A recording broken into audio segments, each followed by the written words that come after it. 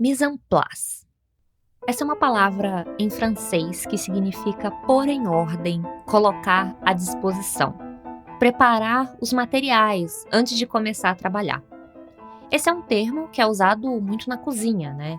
Quando um chefe, um cozinheiro fala em mise en place, é sobre aquele momento de picar os ingredientes, descascar, medir, colocar tudo na bancada, separar as ferramentas, os utensílios. Mas todo trabalho tem o seu momento mise en place, tem os seus processos. E o meu começa preparando a cabeça, que é mais do que os meus cadernos ou computador, a minha principal ferramenta de trabalho. Por isso, a minha manhã é o momento de me organizar. É o momento de responder e-mail, organizar referências, o momento que eu separo para leitura, para pesquisa, também para a parte mais burocrática do meu trabalho, tipo preencher planilhas, atualizar a agenda, ir aos correios e aí também aproveitar e dar uma boa caminhada. Eu tenho mais energia à tarde, eu sou uma pessoa mais vespertina. Então, escrever, ilustrar, produzir, essa parte mais criativa do trabalho eu deixo para o período da tarde.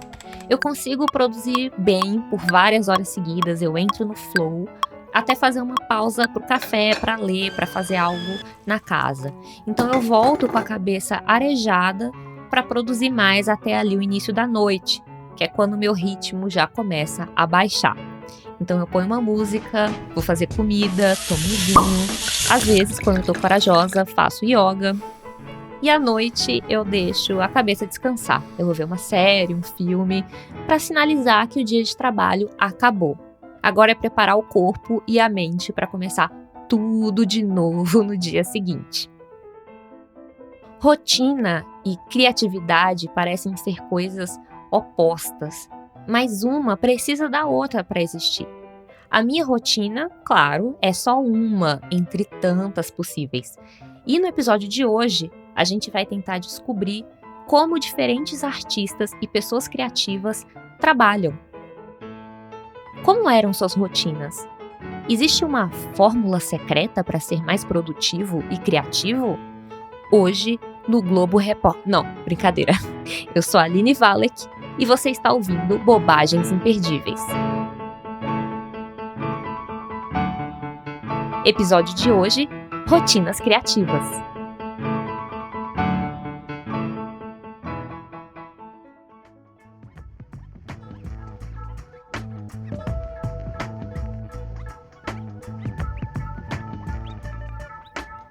Bem, eu não acho que exista um padrão de como que deve ser a rotina de uma pessoa criativa, né? Eu acho que cada um precisa encontrar o que funciona melhor para sua realidade, para o seu tempo, para o seu corpo. E as pessoas funcionam de formas bem diferentes, né? Por exemplo, Darwin, que foi o responsável pela teoria da evolução, acordava cedo, 7 horas da manhã, e fazia uma pequena caminhada, tomava café sozinho. Ele considerava o horário das 8 às 9h30 da manhã o melhor para trabalhar. E ele caminhava bastante, caminhava umas 3 vezes por dia, que também acabava sendo um momento de espairecer um pouco e de pensar. Já Bukowski, escritor e poeta americano, só acordava ao meio-dia. Às 9 horas da noite é que ele começava a escrever, levando uma garrafa de bebida para o quarto. Lembrando aí também que ele, por boa parte da vida, conciliou o trabalho dele como escritor com o trabalho dele como funcionário de uma agência dos Correios. Maya Angelou, poeta, escrevia sempre com uma bíblia e um dicionário do lado dela. Ela trabalhava 8 horas por dia, ela era super focada. E ela preferia escrever dentro de quartos de hotel ou de motel. Já Saramago era incapaz de escrever fora de casa, era tipo eu, super caseiro. E cada página que ele escrevia, depois ele passava a limpo a máquina antes de prosseguir na história. Então, quando ele terminava o livro, já estava tudo praticamente revisado, sem erros. Eu não consigo mais desenhar de madrugada, não sei, deve ser a idade. Laerte, a cartunista brasileira, contou num bate-papo na Biblioteca São Paulo um pouco do seu processo. Eu não trabalho muito à noite também, porque à noite é a hora que eu cuido de outras coisas. Eu trabalho pouco.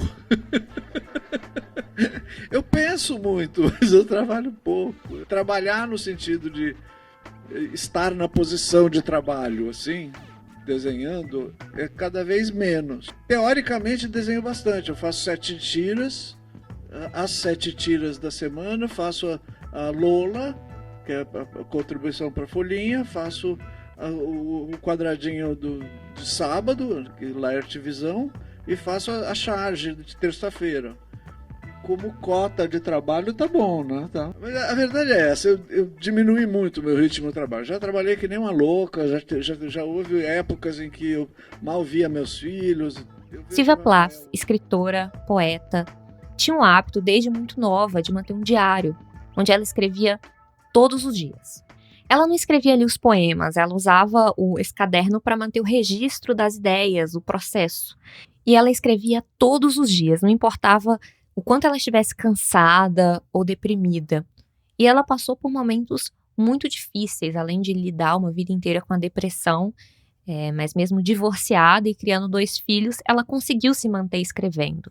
E esses diários mostram que ela lutava para encontrar ali uma agenda de produção. Antes de se separar, ela planejava suas horas de escrita para acontecer ali das 8h30 da manhã até o meio-dia, depois um outro período entre as 4 e as 6 da tarde. Mas nos últimos anos, e ela viveu até os 30, ela acordava às 4 da manhã para escrever, que é quando os remédios sedativos que ela tomava deixavam de fazer efeito, e ela escrevia até mais ou menos 8 horas da manhã, quando os filhos acordavam, e aí ela ia cuidar deles. Ela nem sempre conseguiu manter o que ela planejava no diário, mas o diário em si já era uma parte muito importante do processo. E a biógrafa da Sylvia Plath comentou que o diário de um escritor é como a barra de uma bailarina.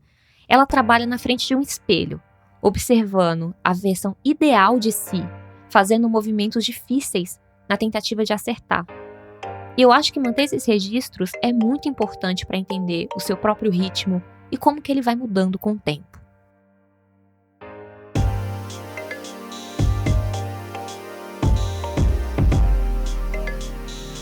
Existe um site brasileiro chamado Como Eu Escrevo, que cataloga os registros das rotinas de gente que escreve. É a iniciativa de um doutorando da UNB, José Nunes, que passou a entrevistar escritores e escritoras nacionais e compilou a rotina de trabalho e como funciona o processo criativo de cada um nesse site. E a minha rotina tá lá, inclusive. Vale a pena navegar pelos nomes e descobrir a diversidade de rotinas, manias, processos, maneiras de encarar a própria produção. Um outro lugar onde eu aprendi bastante sobre o processo criativo de vários artistas é no excelente livro This Is Not a Novel, ou Isso Não É um Romance, do David Markson. O livro realmente não é um romance, mas é um livro cheio de anotações, fragmentos, com informações curiosas sobre a vida de artistas e figuras históricas. Tem tudo, mortes, fofocas, intrigas, é um livro realmente muito bom. Nesse livro, por exemplo, ele conta que Lewis Carroll, que é o criador de Alice no País das Maravilhas, e o poeta Rilke eram do tipo que escreviam de pé. Já Truman Capote, você deve se lembrar dele, falei dele no primeiro episódio desse podcast. Ele só escrevia deitado e dizia o seguinte: sou um autor muito horizontal. Já eu gosto de escrever sentada, com o computador no colo, porque cada um entende da coluna que tem, né?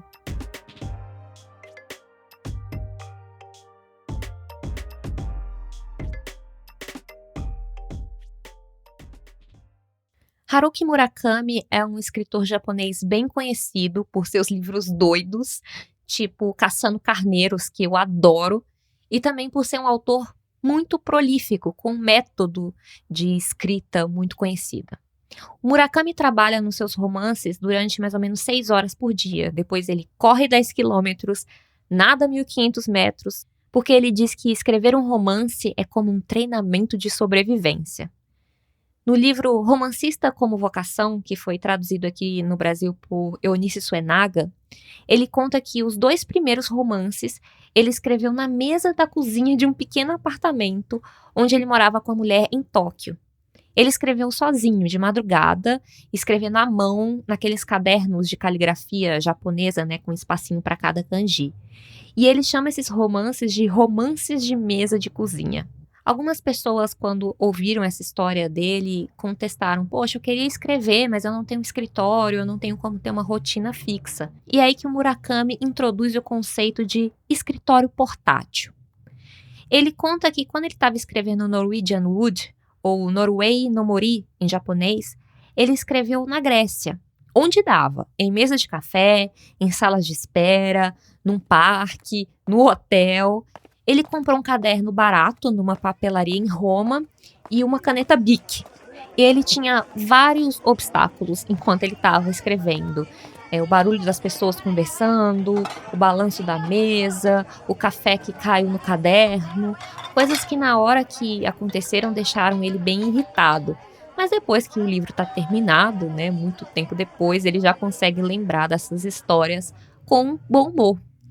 E nessa história, ele não precisou de um lugar fixo para escrever, porque ele carregava o escritório dele com ele para todos os lugares. E esse escritório, basicamente, que está simbolizado aí por esse caderno barato, a Bic e a sua rotina de escrever sempre. Quando Murakami está escrevendo um romance, ele diz que ele senta no escritório e trabalha no manuscrito por mais de um ano, às vezes 2, 3. E a rotina dele começa levantando bem cedo. Ele escreve por 5 ou 6 horas bem concentrados. Só que depois disso o cérebro superaquece. Então ele vai tirar um cochilo depois do almoço, ouve música, lê livros leves. Depois ele sai e se exercita por 1 hora, todos os dias. E a repetição é um elemento muito importante na rotina de alguém que produz criativamente ou artisticamente. E uma coisa que o Murakami diz é que para os escritores conseguirem fazer uma atividade criativa por vários anos, precisam ter força para persistir. E por isso ele defende que é preciso ter um bom condicionamento físico. Muitas pessoas pensam que o trabalho do escritor é só escrever, não é preciso ter bom condicionamento físico, né? Só ter força nos dedos para digitar. Tem essa ideia que escritores não são saudáveis, são antissociais, não se preocupam em cuidar da saúde, fazer exercícios físicos. Só que, como ele diz, para conseguir manter uma atividade criativa por muitos anos, é preciso ter força. E com o tempo, com a idade, naturalmente o corpo perde vitalidade e a agilidade e flexibilidade da mente também caem. Então, ele lendo e pesquisando artigos científicos sobre isso, ele descobriu que exercícios tipo natação e corrida ajudam a desenvolver a capacidade de aprender e memorizar, também são boas para o cérebro. O cérebro faz parte do corpo, né? E os exercícios físicos estimulam a criatividade, tornam possíveis reflexões mais complexas, ideias mais ousadas. Por isso, Murakami corre todos os dias há 30 anos.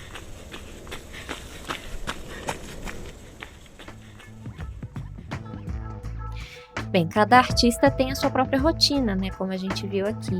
Eu acho que isso mostra que não existe uma rotina criativa certa ou errada, uma melhor ou pior que a outra, desde que seja aquela que vai funcionar para cada um. E entender o nosso processo criativo começa quando a gente observa a nossa rotina. Esse é um momento legal para a gente pensar, então, como que é a sua rotina, do que ela é feita, como você se organiza, quais são as atividades que mais te exigem tempo.